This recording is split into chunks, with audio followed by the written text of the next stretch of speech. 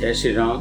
आपके अपने चैनल शुभम भूयात में आपका बहुत बहुत अभिनंदन और स्वागत। आज हम इस चैनल में एक नया अध्याय प्रारंभ करने जा रहे हैं और वह है हमारी भाषा के संबंध में चर्चा। हिंदी हमारी मातृभाषा है और इसीलिए हम एक हिंदी के कतिपय शब्दों के ऊपर समय समय पर जो जनसाधारण में कई बार भ्रांति की स्थिति उत्पन्न होती है, उनके लिखने, पढ़ने और बोलने में, उसके संबंध में चर्चा करेंगे। और इस कार्यक्रम का नाम रहेगा शब्द चर्चा। इसमें समय समय पर इस प्रकार के शब्द भी लिए जाते रहेंगे जो कई बार रोचक होते हैं।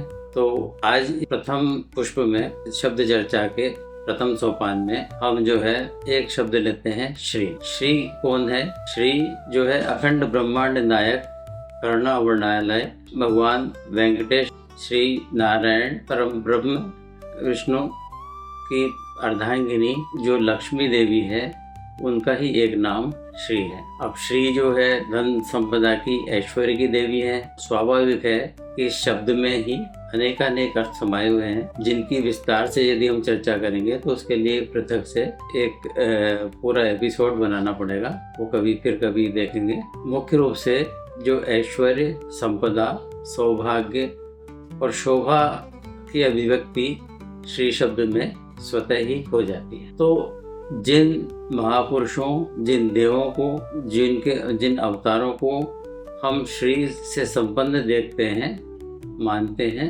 उनके आगे हम श्री लगाते ही हैं, जैसे श्री राम, श्री कृष्ण। इसके साथ ही जो लोग व्यवहार में जिन व्यक्तियों को हम सम्मान देना चाहते हैं, धन, ऐश्वर्य, सौभाग्य आदि के विषय में सम्मान देना चाहते हैं, उनको देखना चाहते हैं इस रूप में, उनके आगे भी हम इस धन, ऐश्वर्य, संपदा और सम्मान सूचक शब्द श्री का प्रयोग हिंदी में किया करते। किसी के नाम के आगे भी, पुरुष के नाम के आगे श्री का प्रयोग किया जाता है। ये तो एक सूक्ष्म रूप हुआ। लेकिन श्री से संपन्न शब्द श्री युक्त एक होता है और एक शब्द है श्री के आगे संस्कृत में मतु प्रत्यय लगा करके और श्रीमान शब्द बनता है पुल्लिंग में। श्रीमान में मान के श्री मां न के जो तत्सम शब्द है उसमें न के आगे हलंत लगता है। श्रीमान ये संस्कृत में शुद्ध रूप है, लेकिन उसका जो तद्भव रूप है हिंदी में, उसमें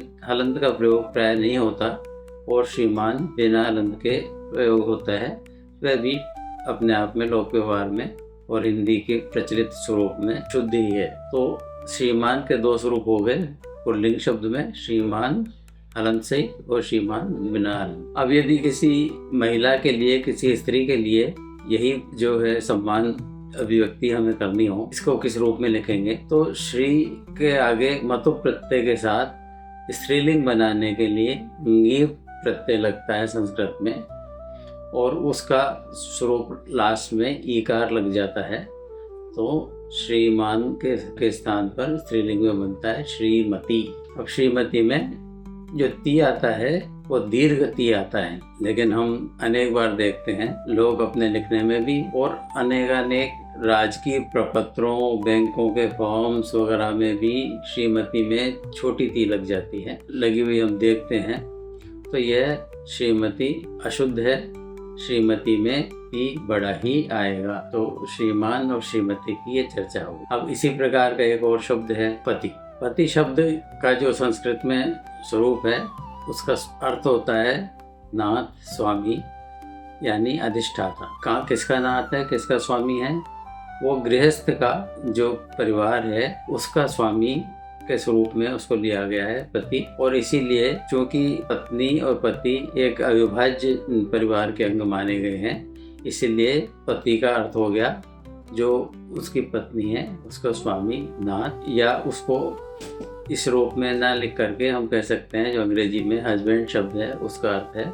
यह तो आप सब भली भांति जानते ही हैं कि पति में ती छोटा आता है और इसमें प्राय अशुद्धि कम ही देखने को मिलती है। सब लोग पति में ती छोटा ही लेते। लेकिन बात आती है पत्नी की। जो पत्नी शब्द है एक पाणिनि का व्याकरण सूत्र है, पत्युन यज्ञ संयोगे, अर्थात पत्नी वह है जो यज्ञ की सह अधिष्ठात्री है, यज्ञ की स्वामिनी है।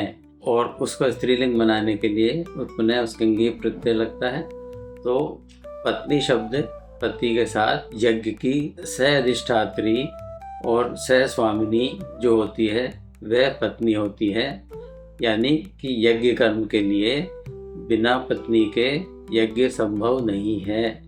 वह स्वामिनी है यज्ञ की, और अर्थात गृह स्वामिनी है। तो पति और पत्नी का अर्थ समान ही है, दोनों का अर्थ स्वामी है, नाथ है, लेकिन उसका स्त्रीलिंग स्वरूप पत्नी है। तो पति और पत्नी का ये जो है दोनों संयुक्त रूप से वह गृहस्थ के स्वामी है और स्वामिनी है। अब बात आती है कि पत्नी को लिखने में अधिकांशतया लोग पत्नी में भी नी छोटा लगा देते हैं, ह्रस्व नी का प्रयोग कर देते हैं। अब यही सबसे बड़ी गड़बड़ है। देखिए, यदि आप पत्नी का नी छोटा करेंगे, उसकी मात्रा छोटी करेंगे, तो निश्चित बात है कि गृहस्थ में आपकी मात्रा भी छोटी हो जानी है। पत्नी का नी, भारत जो है, भारत शक्ति प्रधान देश है और पत्नी जो है बराबर की गृह स्वामिनी है, तो कभी भी उसकी मात्रा छोटी ना करें।